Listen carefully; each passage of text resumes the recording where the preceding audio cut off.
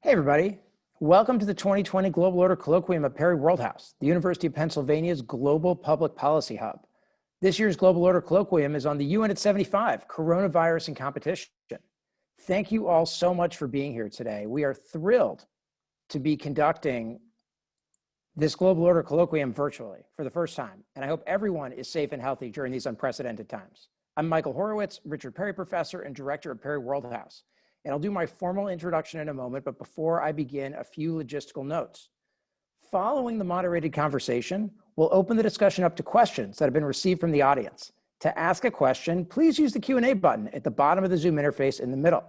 You will also see a chat button. Please save the chat area for any technical or other logistical issues, but if you can't see the Q&A button, insert questions there as well. We'll drop resources there during the event and at its close as well. And finally, please keep the chat and Q&A clean and safe for work, which will help us have a successful event. And to introduce today's conversation with Dr. Mark Suzman and Helene Cooper, we'd like to welcome Penn's own provost, who needs no introduction except for the short one that I'm about to give him, Wendell Pritchett.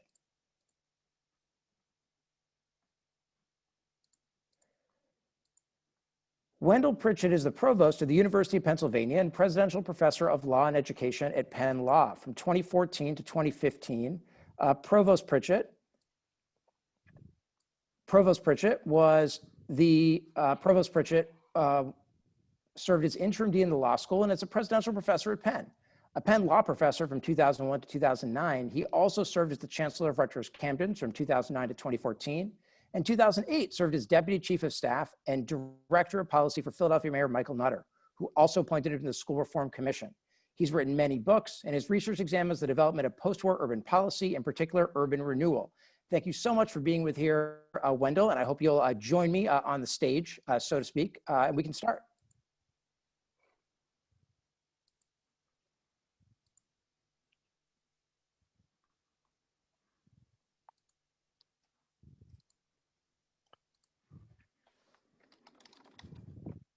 Thanks, Mike. And good afternoon, everybody, and welcome. It's my pleasure to be here to introduce our keynote speaker this afternoon. So someone once described Dr. Mark Suzman as an impatient optimist.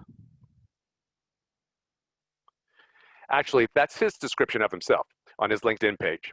And in fact, The Optimist is the name of the blog where he often writes about issues of the day. Not long ago, he shared a story about one of his Gates Foundation colleagues who often has what she terms streetlight moments. Early in her career, she joined a team working to rebuild post-war Kosovo. While the team was pleased with their plans, she, the lone gender expert, was not. The streetlights, she kept telling them, are too far apart. The dark spaces between the streetlights were an economical approach to city planning, but it took the gender expert to recognize that they would make the streets more dangerous, especially for women. Thanks to her advocacy, the streetlights in Kosovo were moved closer together, and the experience made her more sympathetic to what happens when the needs of half the population are ignored by those holding decision-making power. Raised in apartheid South Africa, Mark Suzman has had many streetlight moments and witnessed the particular danger of power wielded without fairness or accountability.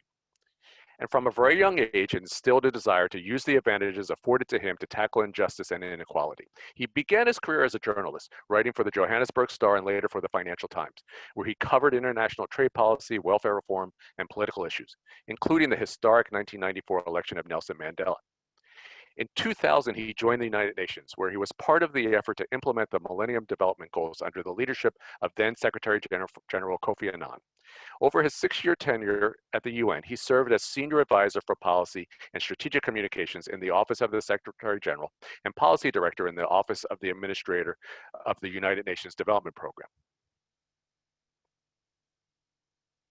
In 2007, Dr. Suzman joined the Gates Foundation as Director of Global Development for Policy, Advocacy, and Special Initiatives. Prior to becoming CEO, he served in several roles, including Chief Strategy Officer.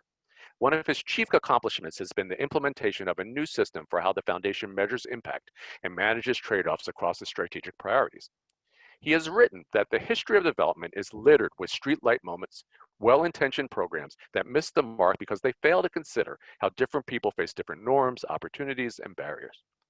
The Gates Foundation has always been a global leader in the fight for human health. Today, as the world grapples with COVID-19, the foundation and its CEO are illuminating a path forward, streetlighting and fighting for equitable vaccine distribution globally, which I'm sure he's going to talk about today.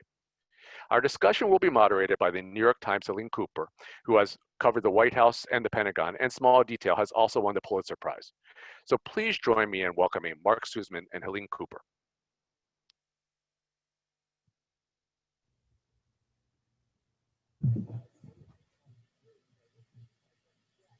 Hello, it's great to be here. Thank you very much. Thanks a lot to Penn for hosting this.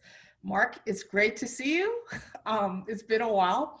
This is only my second experience moderating a Zoom session, so I'm very happy that it's with my very good friend, Dr. Mark Suzman. Mark and I go way back, 2 decades, in fact. We met back in 1999 when we were two young idealistic reporters on the trade beat. He was with the Financial Times, I was with the Wall Street Journal, so we're head-to-head competitors. And it was a wild year on our beat. We're covering the negotiations around China's entry into the World Trade Organization. We're following Larry Summers, who was then the Treasury Secretary, to the Gobi Desert, culminating with the Seattle riots around the WTO meeting there in December 1999. For two trade reporters like us, being able to call our bosses back in New York and London and say, they're tear gassing us, was definitely like it was a high point for me. Not so much Mark, because he'd covered Mandela, but for me, this was a big deal. And I still remember sitting next to Mark late that Friday night. Both of our papers had gone to bed when the talks collapsed, and looking at each other, not believing what we were seeing. It all seems so quaint now, right, Mark? Oh boy, does it. We thought at the time that it was such a big news story. Little did we know what the next 20 years were going to bring. So let's jump right into our talk. Dr. Suzman, do you want to do a short opener before I start throwing questions at you? No, just great to see you, Helene. A huge thank you to Penn for putting this on.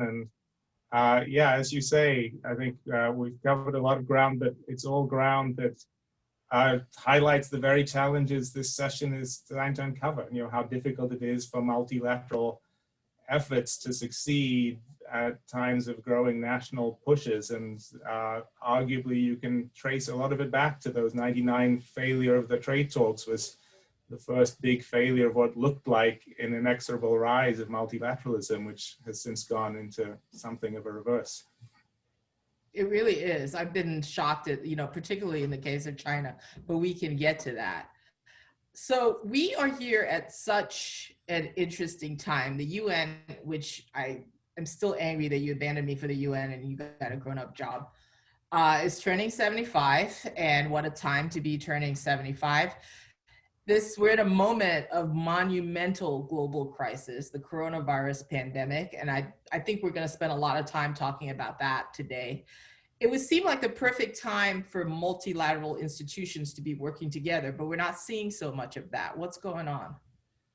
Yeah, you're right. It's a paradox. To some degree, it's a paradox of that is a result of systemic underinvestment in multilateral institutions. So while a lot of is talked about needing a strong World Health Organization or needing a strong United Nations, if you look at their budgets and their personnel, they're sort of, barely that of a big city budget. But we expect them to do all these amazing things, like stop a pandemic virus in its tracks.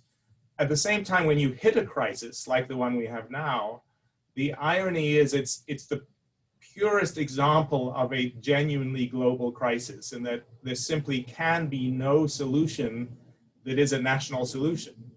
We need to think about this globally, but at the same time, it just increases panic and nervousness and concerns by citizens within countries wanting to know what's going to be done for them, what's going to be done within their own borders. And so you get this inward turning at exactly the time the case should be strongest for a much more sustained global effort.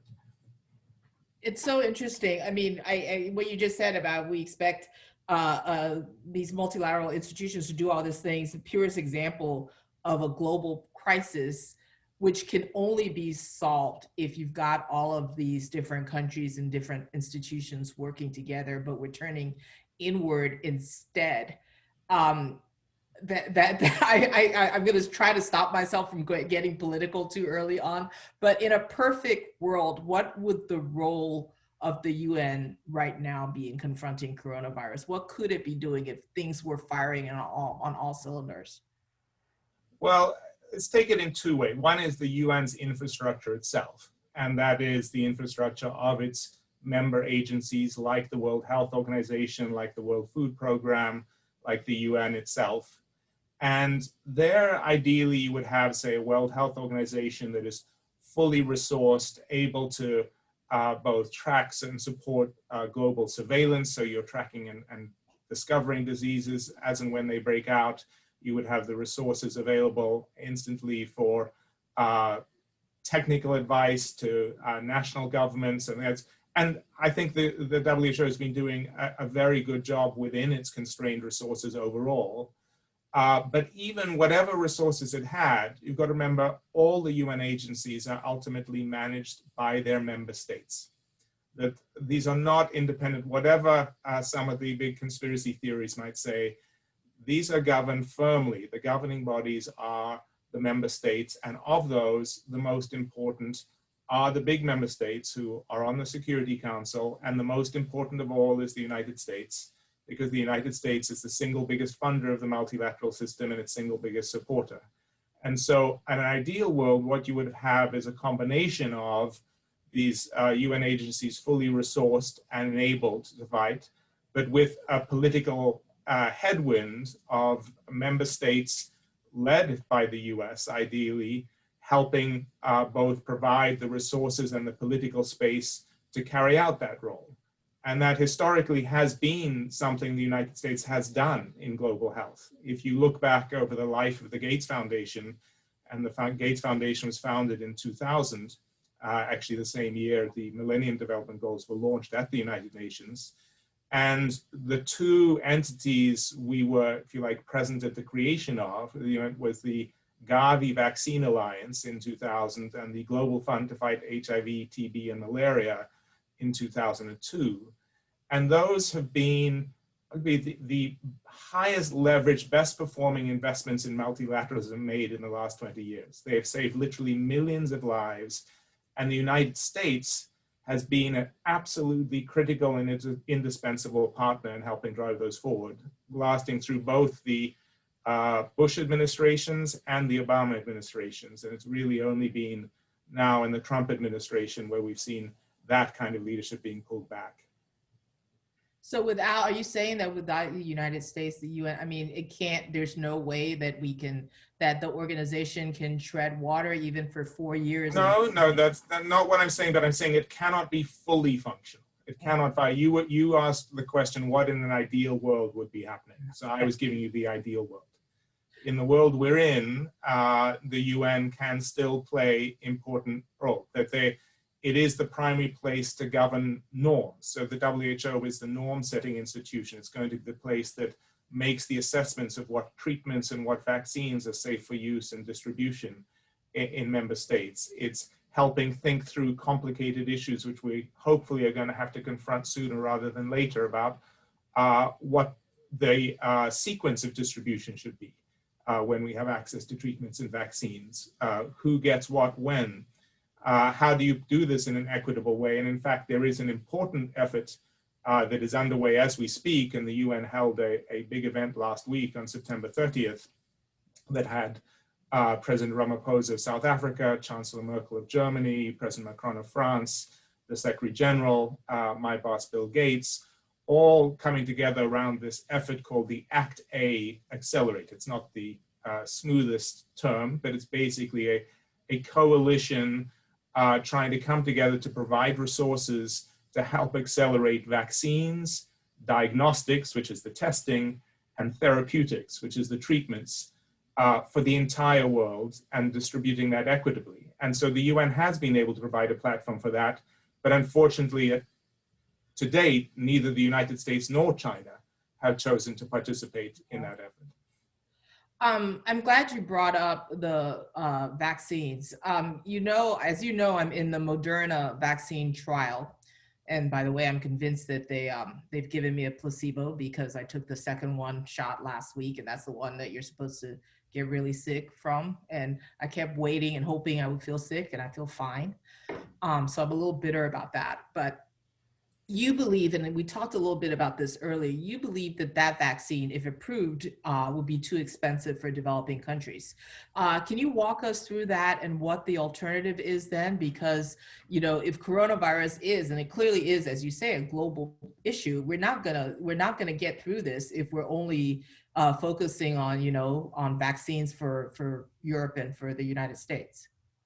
Yeah, so first take just a step back and think through numbers. The world is used to vaccination. There are, unfortunately, and we may come to it, more conspiracy theories around vaccination than there used to be. But in general, it's clear vaccination is probably the most impactful health tool there is in terms of saving lives. And it is the primary tool that has led to an over-halving of child mortality over the last 20 years. Mm-hmm.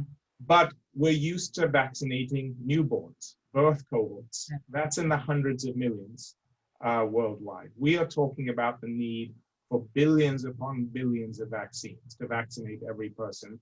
And most of the vaccines that are being tested, not all of them, but most of them likely will need 2 doses. The Moderna one that you're on the trial for will need 2 doses. It's your second dose you just had. And we hope it means you're really healthy and robustly healthy and now inoculated and not on the placebo. But regardless, that's just a logistical challenge and it's a cost challenge. Think about it. The difference between if those 7 billion vaccines cost $2 per vaccine or $20 per vaccine or $200 vaccine fundamentally shifts that price tag. The Moderna one, and there's some other ones like that, are using the so-called mRNA technology, which is this advanced pioneering technology that deals with human RNA, has never been used before successfully for a vaccine, although the technology is very sound.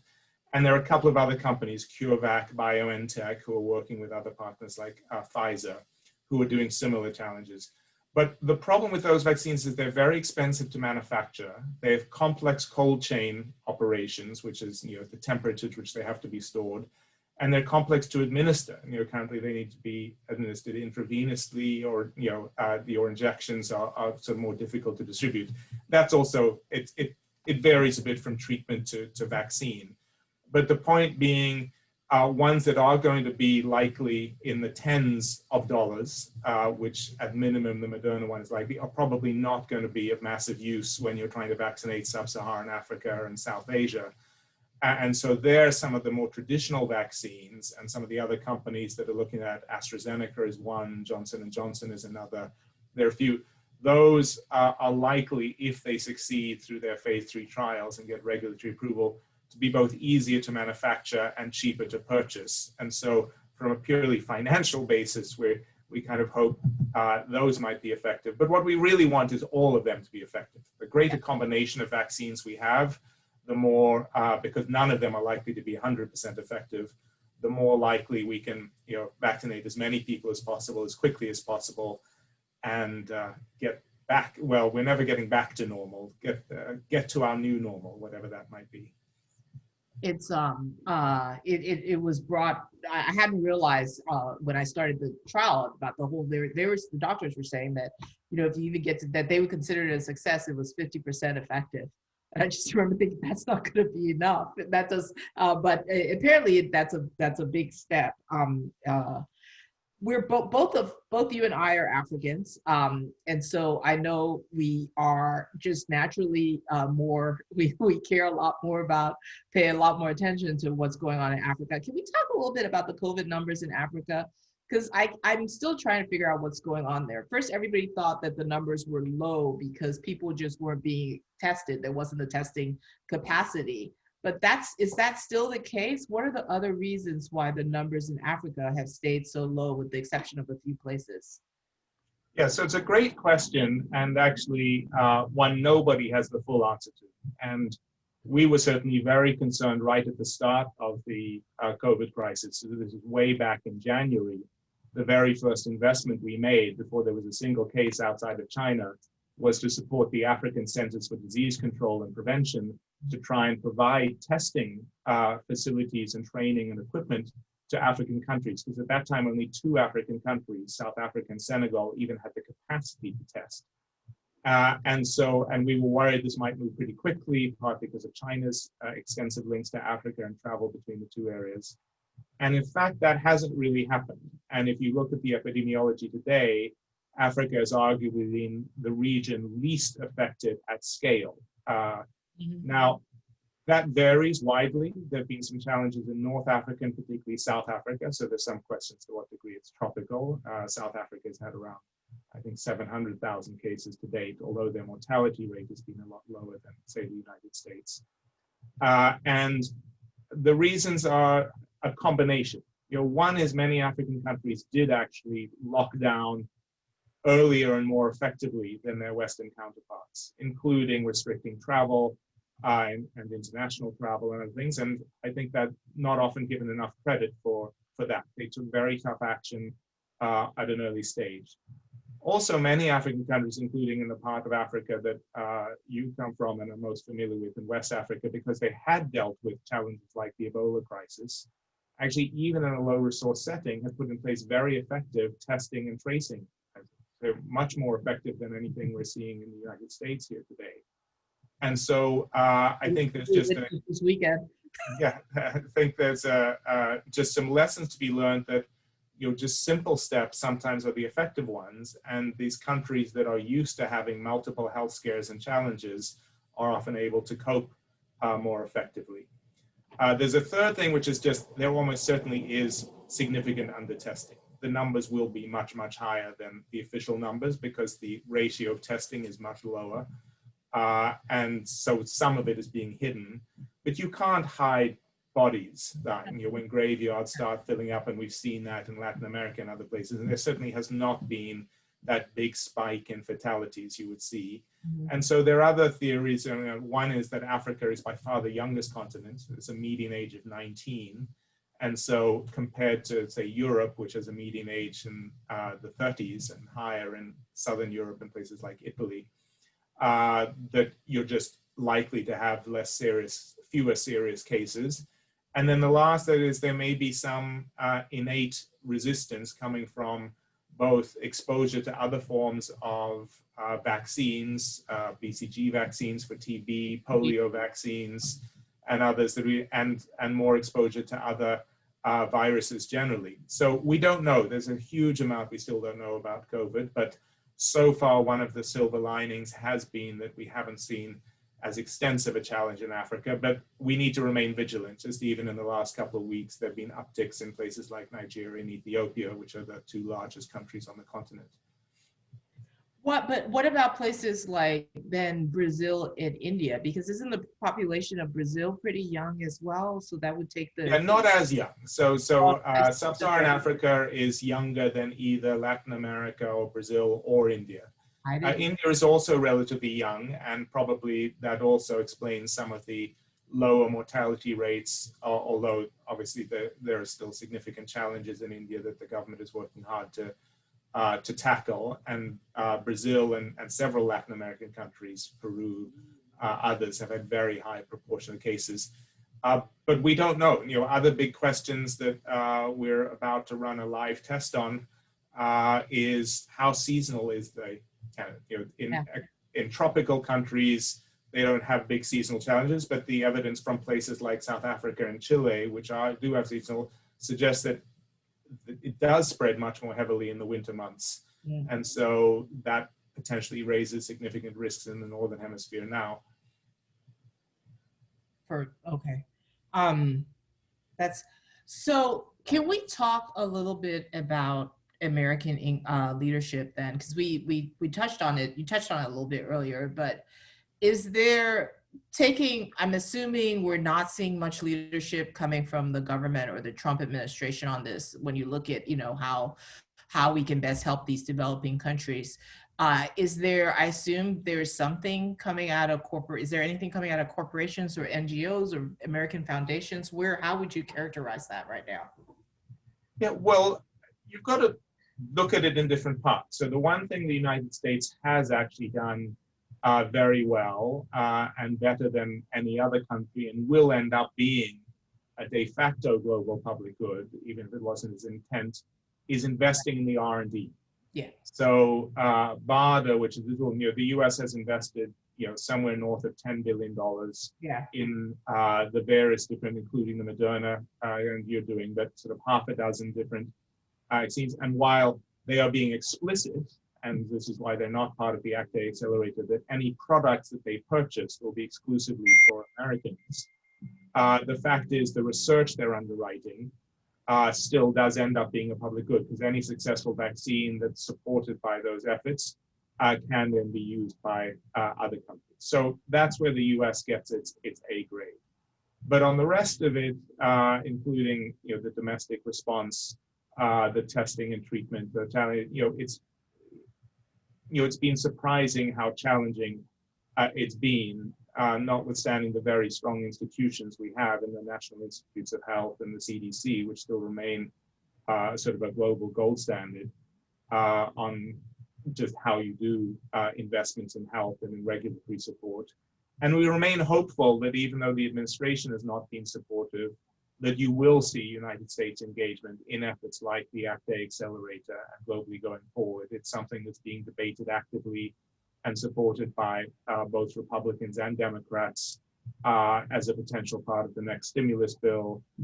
So even though we haven't seen that leadership to date, as we said at the start, I'm like to be an impatient optimist, and I remain optimistic we will see both the United States and China engaging as we go forward.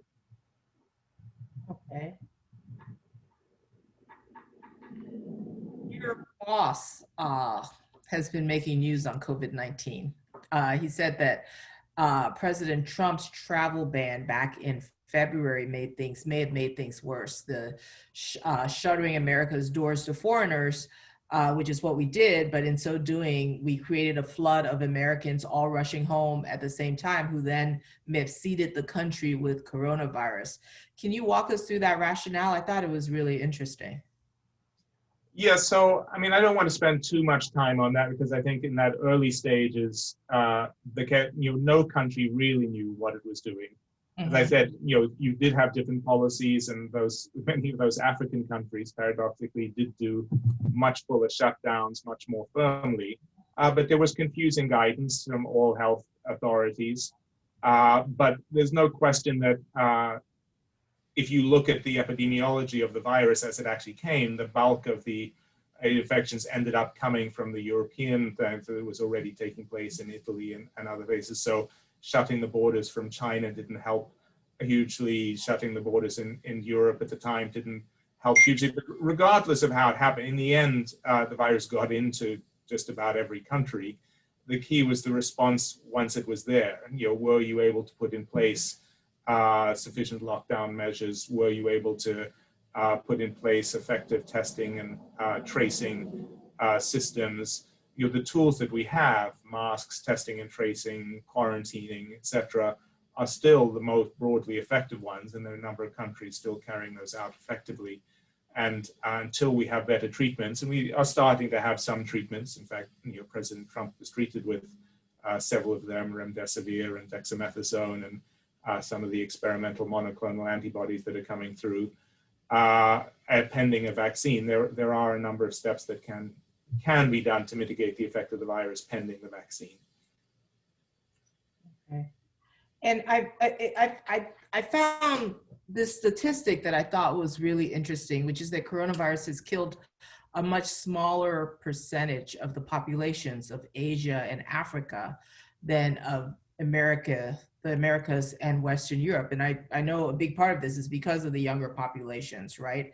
But the collapse of tourism in some of these places, the declines in remittances from relatives working abroad, and other economic shutdowns of ports, of mines, of schools, are bound to really hurt places, these developing countries where people are really already living on the edge. How big a problem is this as we start to look at how we come out of the pandemic and how much wreckage is left there. I mean, how focused are you guys on this? It's an enormous problem. In many ways, it is the sort of bigger long-term problem, because we will end up having the tools to fight the coronavirus over time.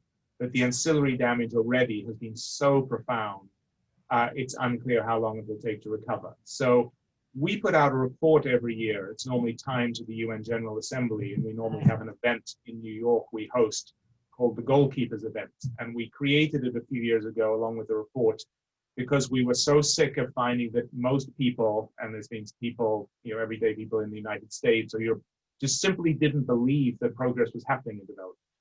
Mm-hmm. And if you don't believe progress is happening, you tend to not be supportive of efforts to increase progress. And so we did this to shine spotlights and say, do you realize that actually child mortality has more than halved over 20 years? It's gone down from over 10 million kids a year dying of preventable deaths in 2000 to fewer than 5 million today. Do you realize that extreme poverty is more than halved, and that literally hundreds of millions of people have been lifted out of poverty over the last 20 years? And it's not just in China or India. This is across multiple African countries, from Tanzania to Ghana to Rwanda to Ethiopia, saw a halving of poverty over that 20-year period.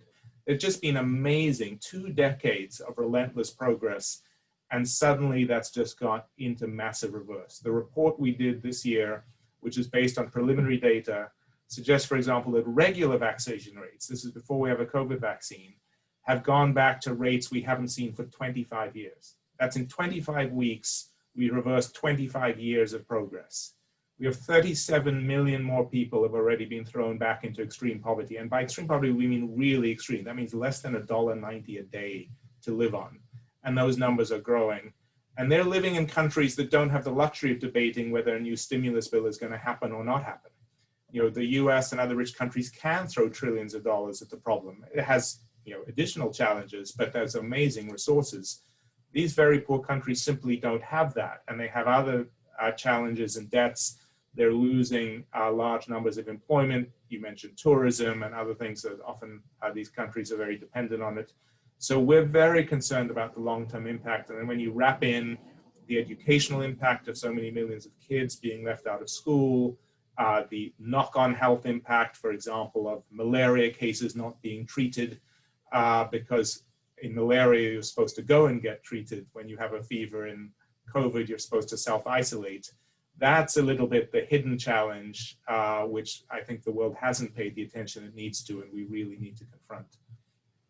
That sounds so massive to think about these places that have been like thrust, and we're starting to crawl out of this hole and end up being thrust backwards.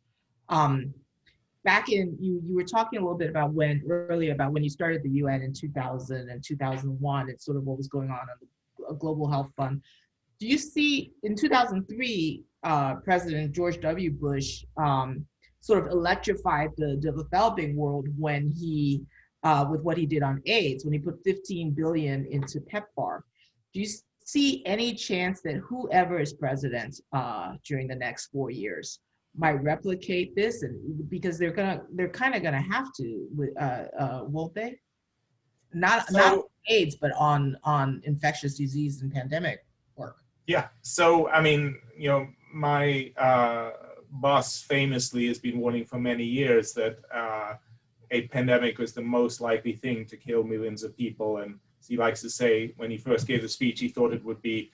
He wrote about a couple of $1 trillion of damage and thought that was far too big to be true. And we've now far exceeded that.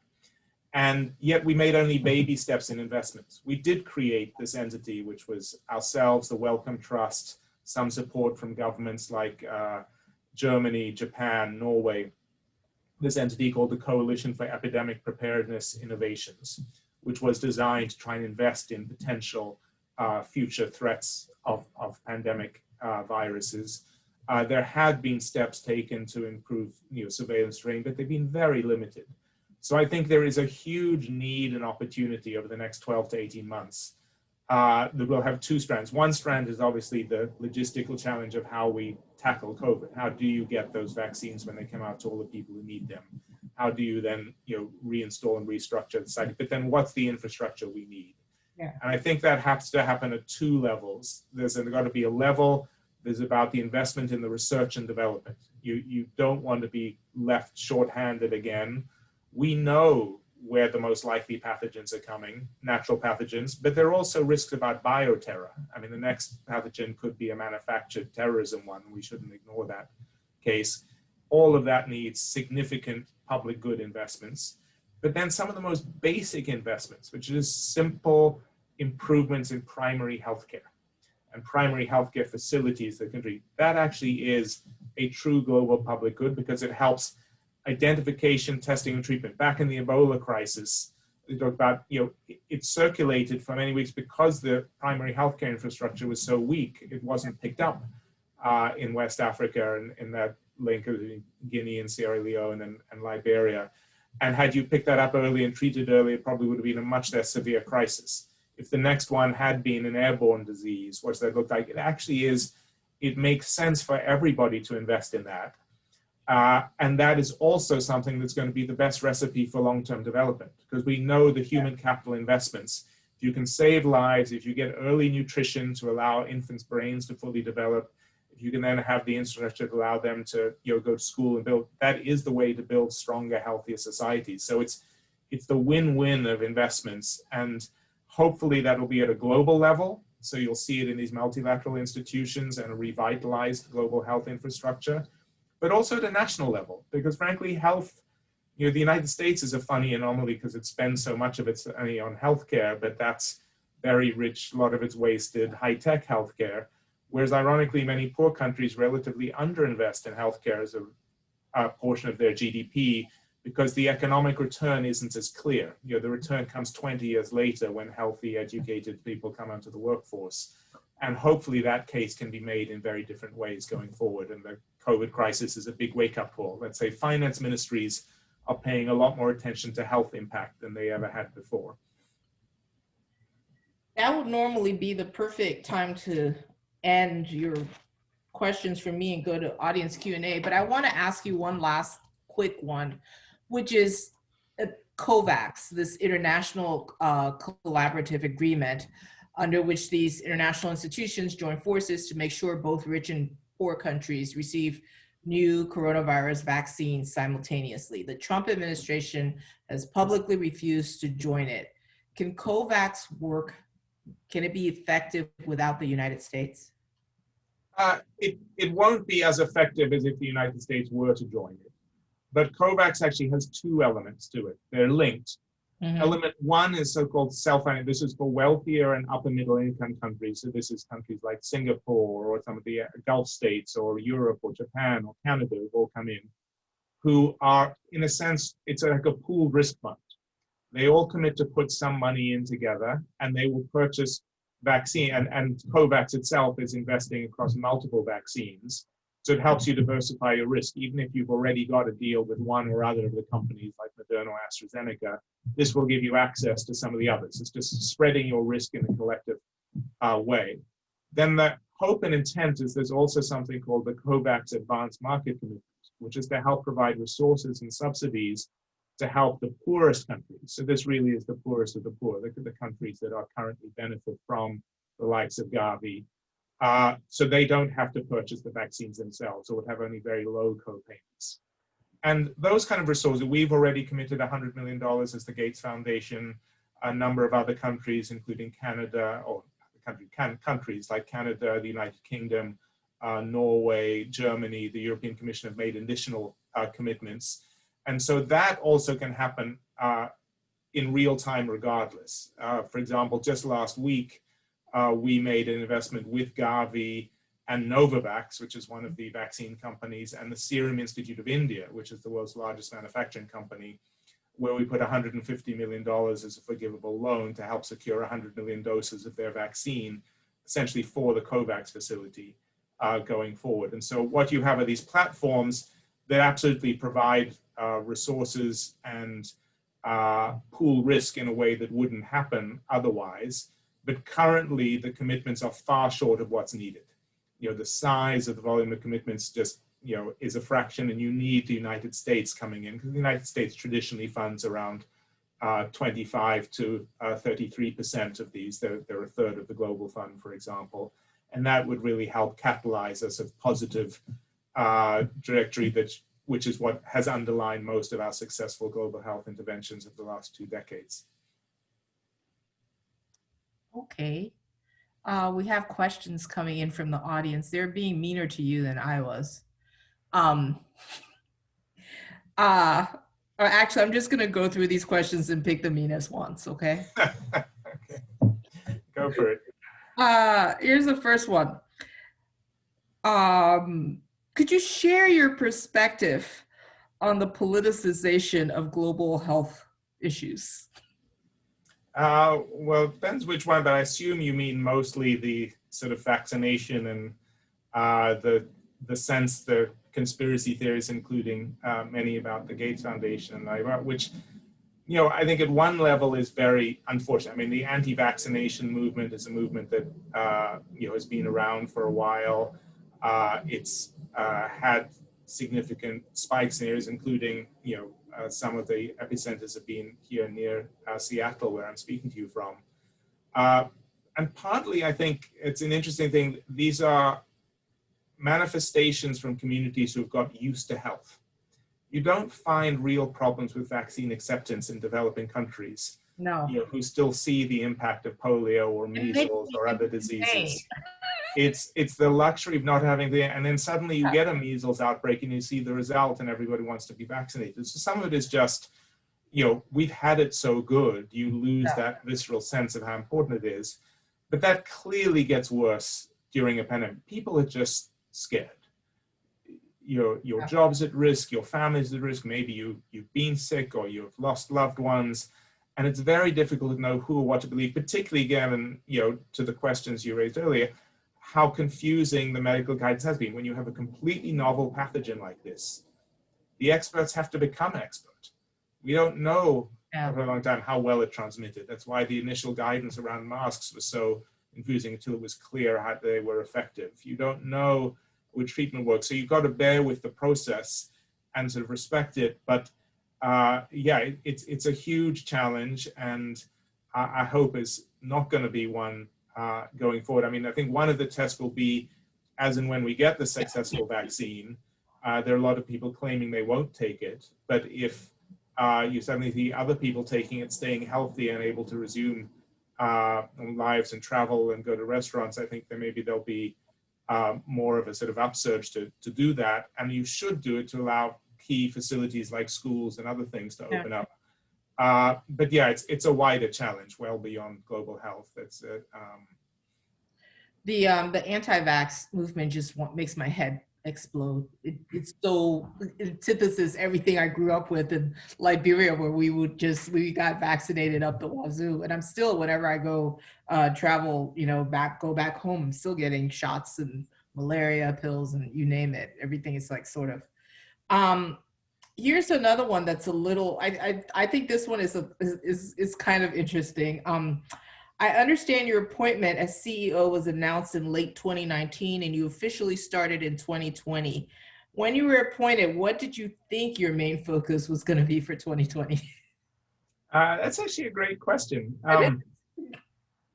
So, I mean, we have lots of existing big priorities. You know, the foundation has the luxury of being able to, you know, we pick areas where we think there are great needs and we have some comparative advantage and are able to bring some technical expertise. And so some of it is just simply making sure that our efforts in areas like HIV/AIDS or malaria or agricultural development tools for smallholder farmers will continue. And so part of my job as CEO is just to sort of empower, energize, and make sure that works.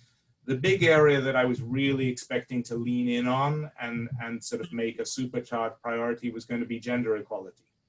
That one of my first acts was to create a new division of gender equality and a new president of gender equality. And this year actually is, back to a UN thing, is the 25th anniversary of the famous Beijing Women's Summit. The anniversary actually just happened a couple of weeks ago. Really 25 years ago? That's 25 years ago. No way. Yep. So with that, it's actually the Beijing Women's Summit, if you go back, is a great example of the UN putting together an amazing set of commitments and declarations. If you go back and read it now, you probably wouldn't change it. But they haven't been implemented. We're short of where we should be on every level, and it's so critical for development. If you look at any one of our goals, you can't, let's take agricultural productivity, the smallholder farmers. We have a goal, the sustainable is to halve extreme poverty, and most extreme poor people are still farmers, and double agricultural productivity. But we know that half the labor on farms are women. We also know women have smaller plots of land. They're less likely to own the land. They're less likely to get credit. They're less likely to get extension services from the government, which is training or seeds. But they're far more likely to work the land than men. But they're more likely to work, and they're more likely to invest the proceeds in their own families.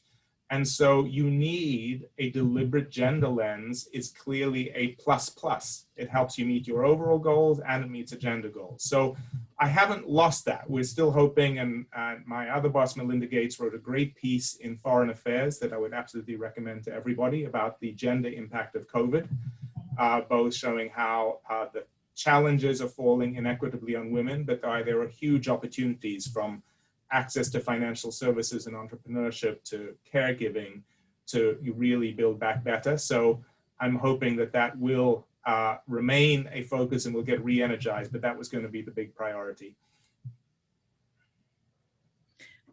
It's such a big deal. I spent so many years working on the whole gender issue in Liberia when I was doing the Ellen Johnson Sirleaf book, and you get so much more bang for your buck investing in women than you do, than you do investing in men. Yeah, President Sirleaf Johnson, who, plug for your own book, Helene has written a great biography of.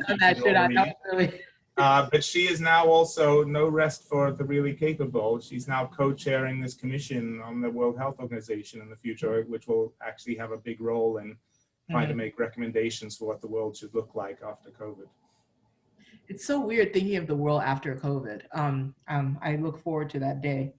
What can global philanthropy do to help strengthen the UN or other multilateral institutions to be more preventative and more responsive in the face of the pandemic? What could the role of the SDGs be in this?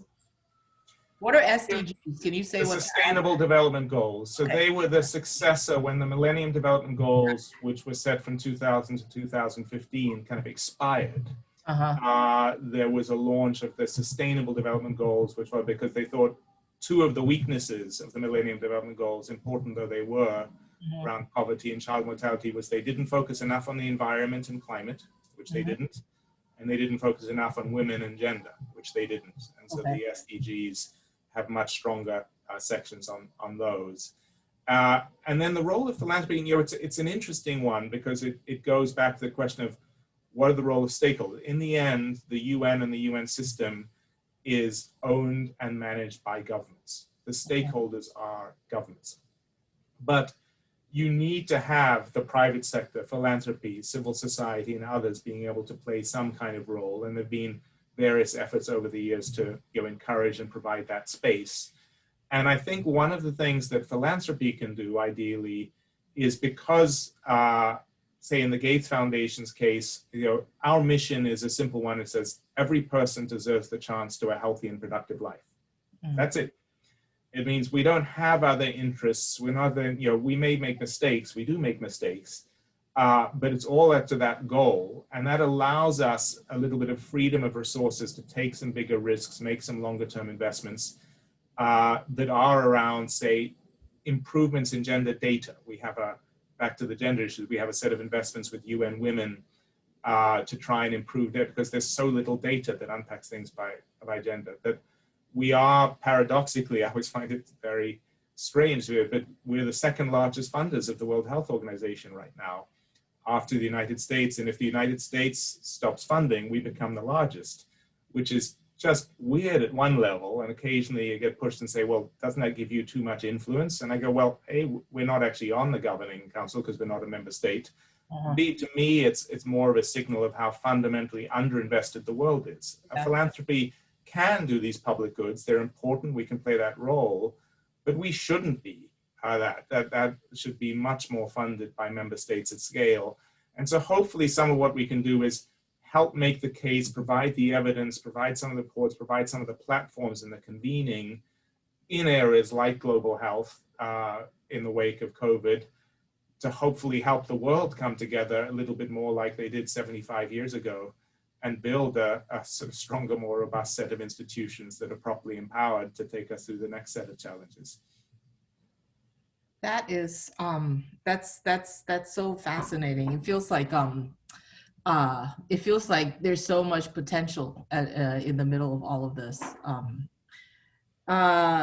Here's another one. Salk refused to patent the polio vaccine. Should today's pharmaceutical companies do the same?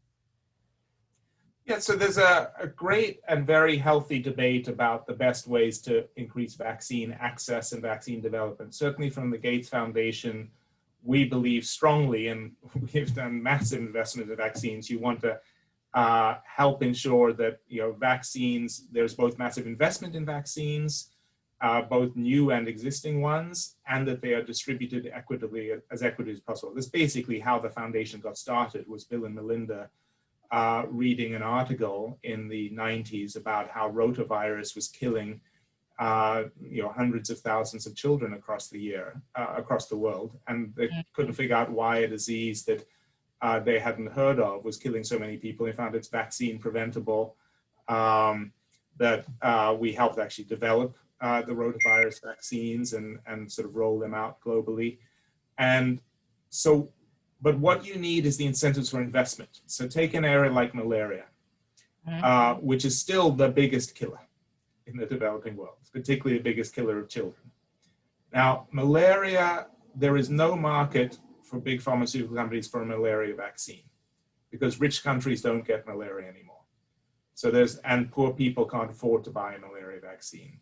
Have you ever had malaria? I haven't had malaria, luckily, because I take my prophylactics. The reason we don't need to is when you travel to a malarial zone, you can take a prophylactic and it's very effective. So for rich people from Western countries, why develop a vaccine which might cost you many hundreds of millions or billions of dollars? So we have become the largest investors in the search for a malaria vaccine. We create the capital pool to try and incentivize the private industry to do that. But the private industry is where the expertise is. Again, I wish we lived in a world where and maybe we will live in a world where public funds go into fund R&D at super high scale. And the US does do a significant amount of that in the National Institutes of Health, but they don't do it for these kinds of diseases. And so you need to incentivize the industry where you can, but then you want to provide the terms under which they do it. So any money we put into something, anyone who takes our money is required to provide global access. It's actually a legal condition we write into it. So even if it's your intellectual property, anything from our money needs to be provided and global access for the poor, basically equitable pricing for poor people. So with the COVID vaccine, what you've got is this where the industry as a whole is committed to what they're calling not-for-profit pricing. We actually helped together with 16, I think, of the big life sciences companies. We put out a communique last week, which actually was a shared commitment around equitable manufacturing and distribution in the developing world for vaccines, therapeutics, and diagnostics. But at the same time, those companies do need some form of reimbursement for their R&D. They don't actually, we saw it during the Ebola crisis where many of them did invest heavily in Ebola vaccines, but then never got compensated when the crisis went away. Yeah. And so what's the right balance? That's what you're trying to find. Yeah. And so can you get commitments on pricing? In our view, again, pricing should be cheapest. Ideally, it should just be what's called COGS pricing, which is literally the cost of goods. How much does it cost to make the thing is what the poorest countries should be paying. And then you should be reimbursing some of the costs from rich countries that can afford it, paying a little bit more of a premium. But exactly how you define that premium, is a little bit of a challenge, and hopefully an area where there'll be some good best practice being developed as a result of this COVID crisis, because it is public money that's going in to this wave of vaccines that are being created now. The whole R&D thing is just so interesting. I've always found that really fascinating. Let's see, you've got quite a few here. You mentioned that the Gates Foundation has made some mistakes. What are they? We'd start right at the beginning and say Bill and Melinda would say when they started the foundation, they never really thought that we would need to have an advocacy role, which is what I said. That and think they're pretty tech focused. They thought our primary role would be creating public goods, normally like, can we create a new vaccine or a new tool or a new seed, and somehow distribution would take care of itself. The world would figure out how to get it to the people who needed them. And you realize the world doesn't quite work like that. And so slowly we've developed, and that's part of why we've ended up developing partnerships with it. Bill and Melinda would be the first to say they never thought they would partner with the UN, and initially didn't see a lot of use for the UN, or at least it had use, but it wouldn't be useful as a partner to the Gates Foundation. And over the years, we found that actually it is an incredibly effective set of partnerships across UNICEF, WHO, and others. And if we didn't have it, we'd have to recreate it. So that's one. Second, this is less in some of the global work, but our biggest areas of investment in the US are in education, K-12 and post-secondary education, trying to provide equitable education for the poor and particularly Black and Latinx students. And there we've had a number of big investments, including investments in initially small schools and some things around tools for teacher effectiveness, which maybe summarizes we were a little too much looking for silver bullets in complex ecosystems. We weren't quite as naive as that, but still complex systems require complex interventions, which is something we're all going to have to think about as we think through this next phase of the global health response. You're dealing with health workers, you're dealing with supply chains, you're dealing with overstretched governments. That's complex and messy. Ideally, philanthropists prefer to have things simple and straightforward, but we've realized the world doesn't work that way. This has been so cool. I'm supposed to wrap things up now, and I keep thinking, as I was listening to you talking, I keep remembering that night in Seattle when we're sitting there, and we're both reporters, and just how far you've come, Mark. As reporters, we're great at talking about all the problems that there are, but you went from that and spent your career looking for ways to find solutions, and I'm so proud of you. This is like. You've come a long way. Thank you, Helene, and it's great. You haven't done so badly yourself, but it's actually funny because I think back, that was the transitional period. It was after that, the battle in Seattle and the China accession to the WTO, and we looked at journalism and it kind of said, which it was true, as you found when you moved on, that story has peaked. And the world needs a different set of challenges, and so I took it on as an experimental bit with the UN, and it was supposed to be a 1-year leave of absence at the time, and it ended up being a career change. But it's a career change that for all the challenges we're facing right now, we've also seen just how much change can happen for the positive, how much change has happened over the last 20 years, and how critically important it is for all of us to keep the faith that better days will come, and we can rebuild, and we can rebuild in ways that provide better services and opportunities for women, that provide a better global health infrastructure. It's however dark things may look, a better day is around the corner, and that's what the UN ultimately, I think, stands for. Its vision is a better world for all. Thank you, Mark. I'm turning this over back to University of Pennsylvania. It's been a pleasure. Thank you so much, Dr. Suzman, for those insights, and thank you, Helene, for moderating an exceptional conversation, and to our audience for joining us here today and asking some really thoughtful questions. These are such critical issues for this world, and it's an honor to have you here, at Perry Worldhouse, and hopefully we can have you both here in person when those sorts of things are allowed again. Links to register for all of our upcoming events are in the chat, and a recording of this broadcast will be available on our YouTube channel.